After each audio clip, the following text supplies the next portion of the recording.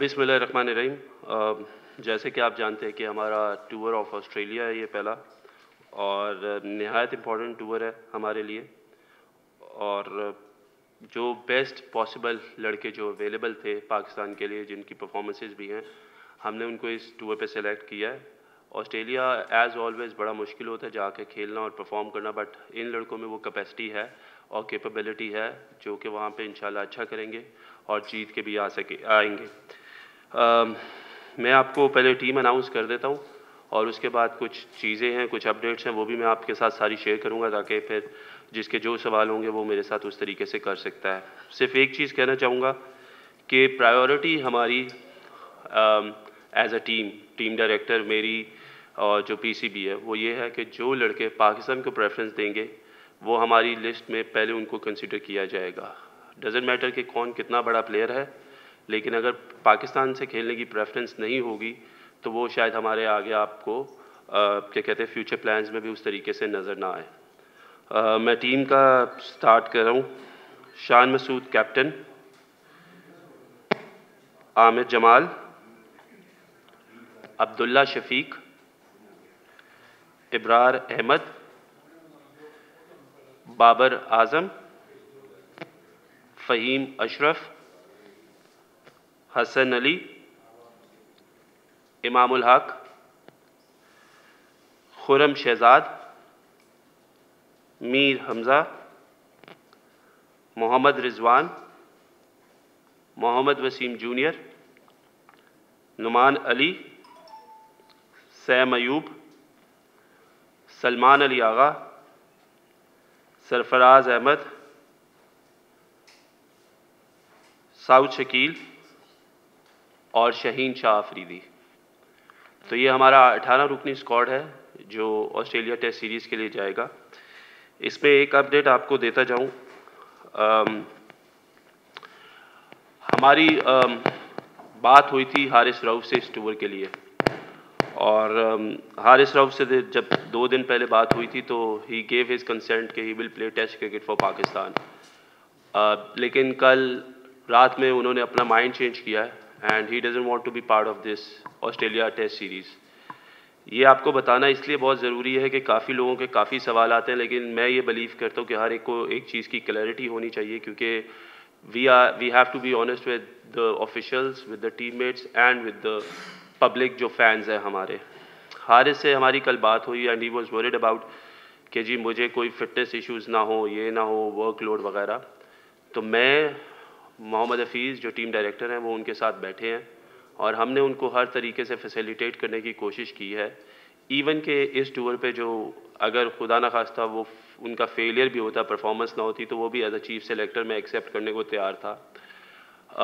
Fitness को लेके हमने जो हमारे कंसल्टेंट हैं फिजियो, उनसे हमने बात की और उन्होंने हमें ये बताया कि इनको ऐसी कोई इंजरी या कोई ऐसा इशू नहीं होगा आगे जाते हुए खेलते हुए।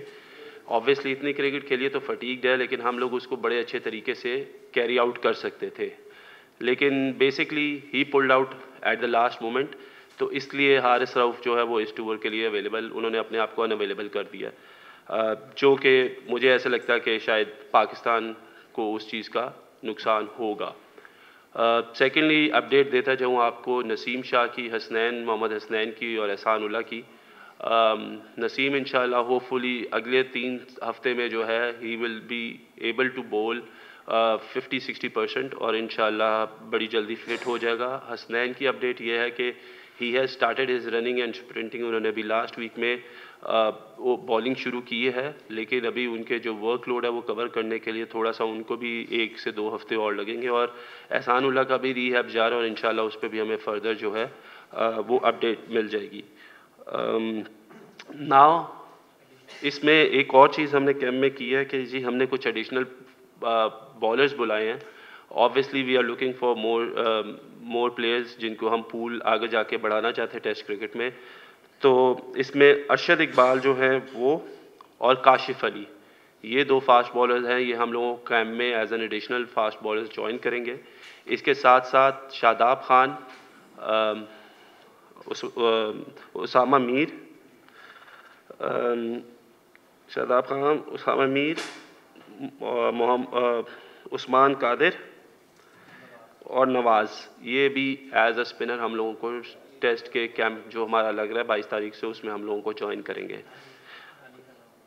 शाहनवाज धानी भी है, sorry forgot his name, miss कर गया। तो ये लड़के जो है फर्दर जो है ये हमें कैंप में ज्वाइन करेंगे। अब आपका कोई भी सवाल है आप लोग कर सकते हैं, and I am ready to answer each and every one of you. जी रेज योर हैंड क्वेश्चंस के लिए, फिर मैं करता हूँ। जी बाकरी, देन हाफिज। वहाब, अब हमने वर्ल्ड कप में पाकिस्तान की परफॉर्मेंस और स्पेशली शाहीन शाह अफरीदी की और हारिस रऊफ की परफॉर्मेंसेस देखी हैं। 90 ओवर तकरीबन हारिस रऊफ ने किए है, स्कोर भी उनको कंसीड हुआ है। तो एज ए ऑर्गेनाइजेशन एक बॉलर के डिसीजन को शायद रिस्पेक्ट मिलनी चाहिए अगर वो टेस्ट क्रिकेट नहीं खेलना चाहते हैं। और आप भी और पाकिस्तान के बाकी क्रिकेटर्स भी, जब वर्ल्ड कप में हमारी बुरी परफॉर्मेंस थी इंक्लूडिंग, सब लोग ये कहते थे कि T20 के प्लेयर्स को, 4-4 ओवर्स के प्लेयर्स को हमने ODI वर्ल्ड कप खिला दिया है। तो अगर हारिस पुल आउट कर रहे हैं तो शायद इदारे को एक्सेप्ट करना चाहिए उसकी ये पोजीशन। देखें, हमने हारिस राउफ से जो बात की है ना, मैंने आपको सिर्फ उसकी शॉर्ट वर्जन बताया, मैंने आपको इन डिटेल नहीं बताया। जो कप्तान से बात हुई और जो कोच से बात हुई वो ये हुई थी कि हमें हारिस राउफ को जब टेस्ट क्रिकेट में यूटिलाइज करना है, क्योंकि he is an impact bowler, तो वो सिर्फ 10 से 12 ओवर से ज़्यादा हम लोग उससे डिमांड नहीं कर रहे थे एक दिन में बॉलिंग के, विच इज़ उसने अभी वनडे क्रिकेट में भी बॉलिंग की है।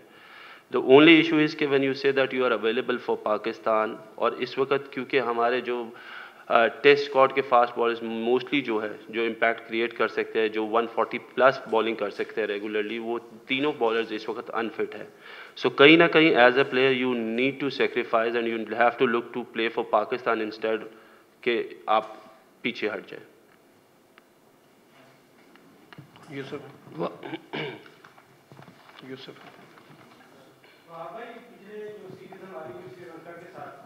उसमें अबू हुरैरा टीम का हिस्सा थे, इस बार वो नहीं है। और दूसरा ये कि डोमेस्टिक क्रिकेट को हम हमेशा तरजीह देते हैं कि उसकी जो टॉप प्रायोरिटी हमारी वो होगी। उसमें साहबजादा फरहान ने काफ़ी रन्स किए हैं, टॉप स्कोरर हो रहे हैं, वो भी स्क्वाड का हिस्सा नहीं है, इसकी क्या वजह? देखिए, आपने साहबजादा फरहान की बात की। I think he has scored a lot of runs, he was the top run scorer. लेकिन साहबजादा को जिनके जगह लेनी है वो ऑलरेडी आप देख रहे हैं कि शान मसूद, अब्दुल्ला शफीक और इमामुल हक वो ऑलरेडी उस प्लेस में खेल रहे हैं और वो परफॉर्म कर रहे हैं।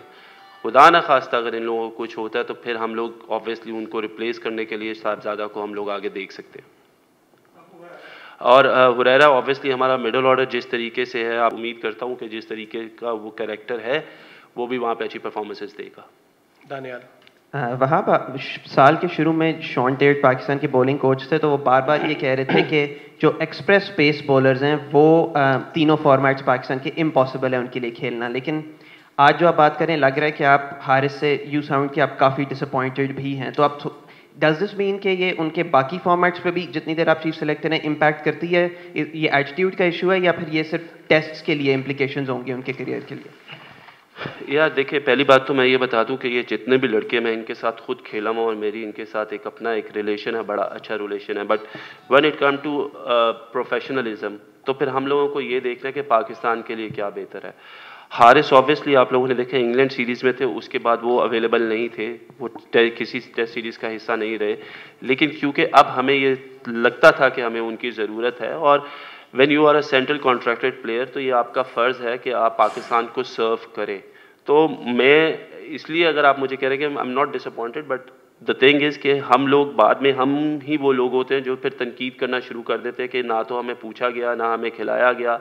और काफ़ी लोग फिर बैठ के इस बारे में बात करते हैं कि जी जब हारिस अवेलेबल था तो उसको क्यों नहीं लेके गए। तो मैं वो कल्चर क्रिएट करना चाहता हूँ यहाँ पे कि अगर आप मेरे से किसी भी लड़के के बारे में बात करेंगे, किसी की भी परफॉर्मेंस के बारे में बात करेंगे, जो मैंने यहाँ पे 18 हम लोगों ने अनाउंस किए हैं, तो मैं आपको उनकी परफॉर्मेंसेस के साथ बात कर सकूंगा। मैं ऐसे नहीं करूंगा कि जी वो अच्छा था या उसको टीम की ज़रूरत थी, मैं उस तरह की बातें नहीं करूंगा। मैं आपको जो भी दूंगा रीज़न वो वैलिड होगा, ताकि वो सारा एक जो आप सब लोगों को भी क्लैरिटी और हम लोगों को भी पूरी क्लैरिटी हो।